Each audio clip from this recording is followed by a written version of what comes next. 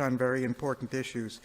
But I'd like to go back to the full topic, not to answer it, but to put it in a perspective. Is full employment possible? That's easy, saves a lot of time. The idea that full employment is not possible goes back more than 100 years to the beginnings of the Industrial Revolution, or especially when it had big impact on agriculture. And it gained great momentum with the population explosion after the 1950s, when medical technology dramatically reduced infant mortality, and we saw this big boost in population, which began to reach working age in the 70s and 80s particularly, and by the 90s was quite daunting. At that time, we did a study in India where 7 million youth were entering the workforce every year. 7 million. And we asked whether full employment was possible in India. Nobody had ever asked the question because the answer was so obvious. No, it's not possible. And we worked on a strategy and showed that we could create 100 million jobs within 10 years. And we didn't expect anybody to take us seriously.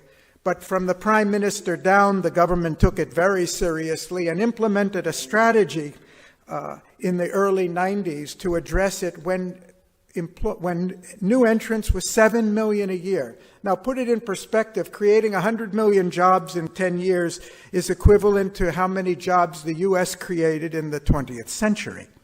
100 million jobs.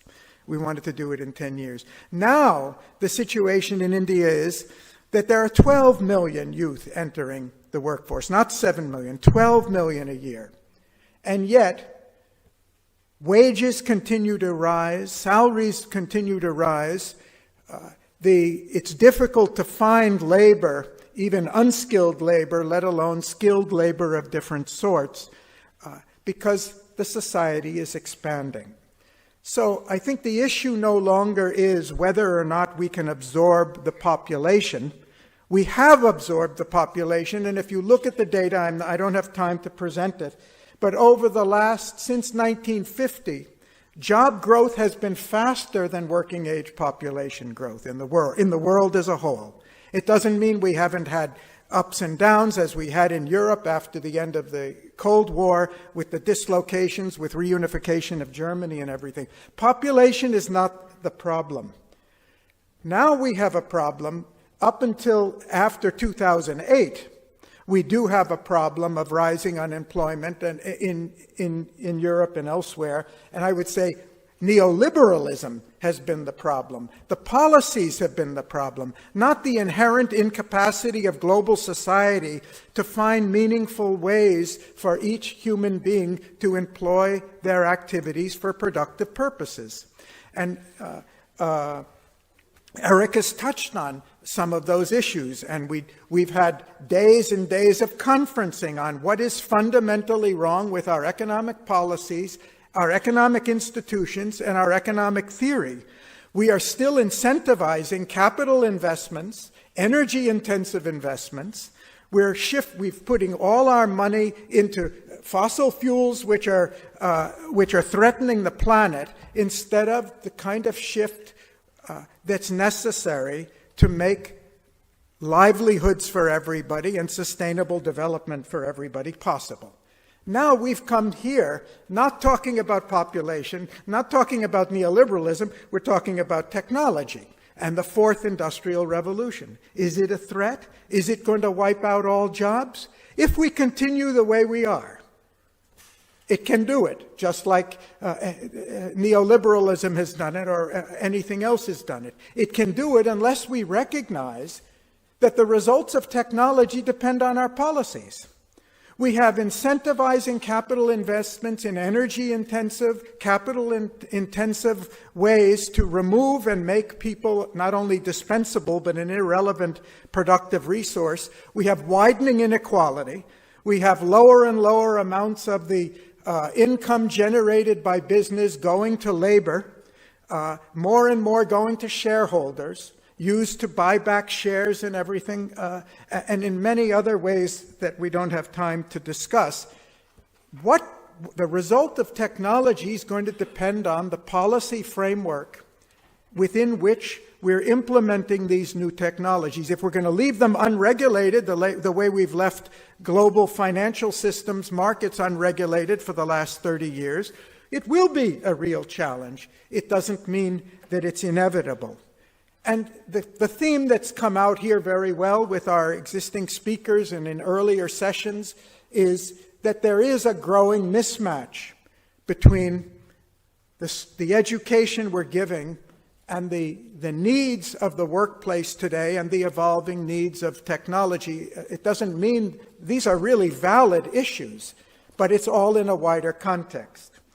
And if that wasn't enough, we've got another issue now breathing down our throats. Giovanni politely referred to it, but he could have put with fire and brimstone instead of that.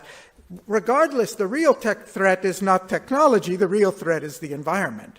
The real threat is we cannot continue to try to raise the well-being of humanity simply by multiplying economic growth perpetually in the same old dead model that's destroying the planet.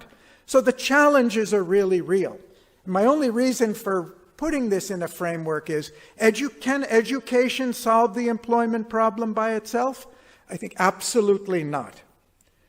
Can we continue with the education we have and expect to solve the employment problem? Absolutely not. We've got a crisis here, or you can call it an opportunity. I'm an optimist. But we need a radical change in the educational institutions, as we need in our economic institutions, our economic policy, our business framework, and in every part of the society. And that's why the World Academy is not specializing in employment or economics, though we have programs on all of them, unless we look at the whole picture. We are in a complex, interconnected world. Unless we look at the linkage between our education and our economics and our monetary theory and our social and our democracy, our economic policies now are undermining, I referred to it on the opening morning, they're undermining the stability of democratic institutions in the world, creating new polarizations, spurring popularization, and all right-wing extremism.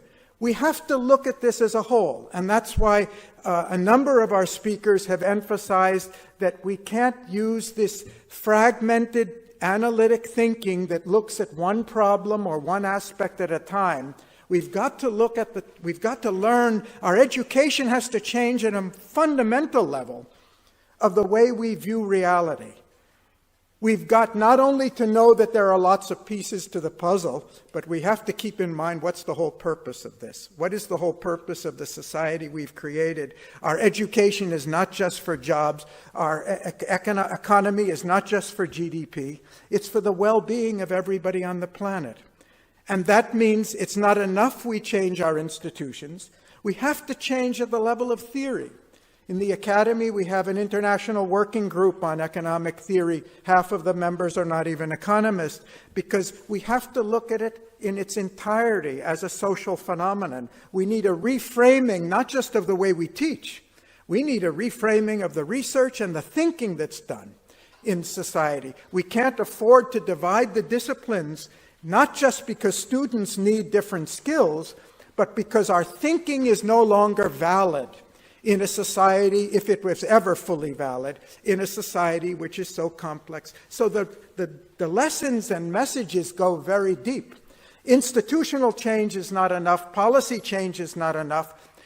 Change in our theory is not enough. Change in our pedagogy is not enough by itself. Change in our fundamental thinking. So I'm not saying this in any way with pessimism. I'm just trying to chart out, I think, the way I think we should be looking at the problem is a global problem, is an integrated problem, and there are solutions. We know the solutions. We know the solutions to stimulate employment. We know solutions for improving education. We're highlighting a number of them here. We know we need a shift from this passive transfer of information to developing thinking in the individuals. But most of the education in the world is still just transfusion of information. And I work in countries where I see it all the time. We know that the development of the person and the capacity of the person to adapt, the personality of the person, is absolutely essential to live in this complex world. And what they learn academically may be less important than the development of their values, the development of their social skills, their capacity to work and collaborate with each other. Business tells us very clearly, you spend so many years training students to compete with each other, work alone and compete with each other. Once they come into our company, they never do anything alone. And the one thing we look for is collaboration and cooperation, and very few of them are really qualified for that. So I think the message I'd like to take away from this session is, education is absolutely important. And radical change is necessary. It's not sufficient by itself. And we have to integrate that education. But education is not just about teaching. Education has the presiding, ruling ideas that are governing society today. So it's not just what we teach in the classroom, it's what we think in our disciplines. And if multidisciplinary or transdisciplinary thinking is necessary in the classroom, it's even more necessary at the theoretical level, because it's those policies, political, economic, social policies, cultural policies, that are the thinking on which they're based, the fundamental thinking on which they're based, that is determining. We see it as a result in the society. Thank you.